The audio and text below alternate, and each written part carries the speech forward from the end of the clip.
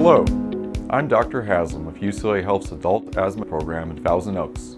In this video, we will discuss how to use a spacer with a metered-dose inhaler.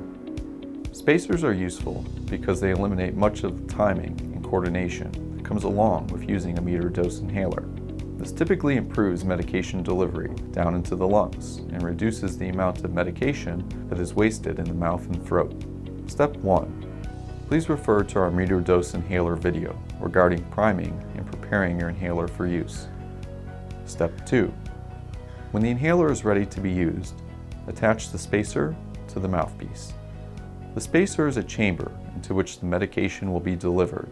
Since the medication will be delivered into the spacer, it will be suspended in the air of the spacer, making it easier to take a deep inhalation and entraining more of the medication down into the lungs. Step 3.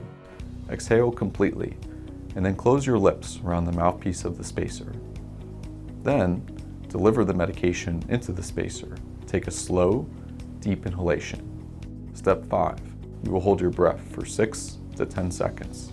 The inhalation has to be completed while the medication is suspended in the air of the spacer and before it is deposited into the sidewalls of the device. Otherwise, the spacer will not be effective. Step 6. As with a regular metered dose inhaler, you will rest for between 30 to 60 seconds between inhalations, and you will rinse your mouth out with water if your medication includes an inhaled steroid. Your spacer should be cleaned periodically to help make it most effective. Remember to use your spacer every time that you use your metered dose inhaler to help optimize inhaler efficiency as well as medication delivery.